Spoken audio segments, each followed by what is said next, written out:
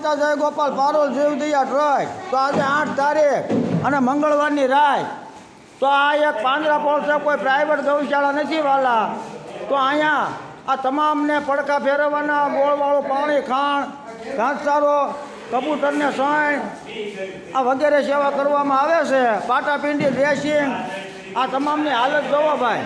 આ પાંજરા સરકારી તો આને કહેવાય. જો આવી હાલત છે તો આમ જુઓ, આ બધા ગાય માતાની હાલત જોવો.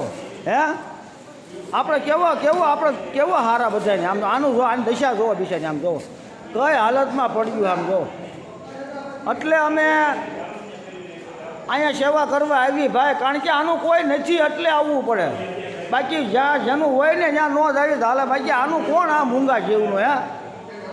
એટલે દરેક ભાઈ બધા વિચારો, જિંદગીની માલિપા કાક કરો. હે આમ જો આને કેવડી પીડા છે. હે આપણે જરીક ક્યાંક થાય તો કેવી હારી હોસ્પિટલમાં જાવી. હે પૈસા ન હોય તો વ્યાજમાં લઈને ગમે આડા આવડું કોઈ. આનું કોણ? હે આ જીવનું કોણ બિચારીને આમ જો કેવડી પીડા છે.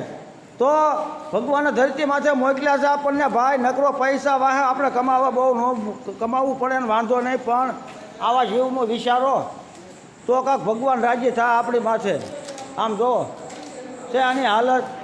તો આવો અને જેને કોઈ સેવામાં જોડાવવું હોય તો અમારા એક અઠવાડિયામાં 10 થી 11 વાર અમે પાંજરાપોળમાં સેવા આપીએ છીએ.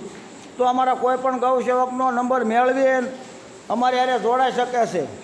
અને અમારે ન જોડાવવું તો અન્ય ઘણા સુરતના ગ્રુપો છે, એમાં જોડાવ, આના મદદરૂપ બનો.